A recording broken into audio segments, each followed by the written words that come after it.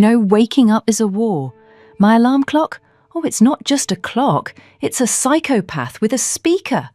One day it's like, rise and shine, beautiful. Next day, get up or I'll self-destruct. But the scariest one? The silent assassin. It rings once, then vanishes. And I'm lying there like, wait, was that real?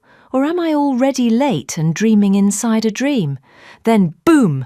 I'm sprinting to class with one sock, a wild face, and a toothbrush as breakfast. Moral? Never trust an alarm clock. If it's quiet, it's plotting.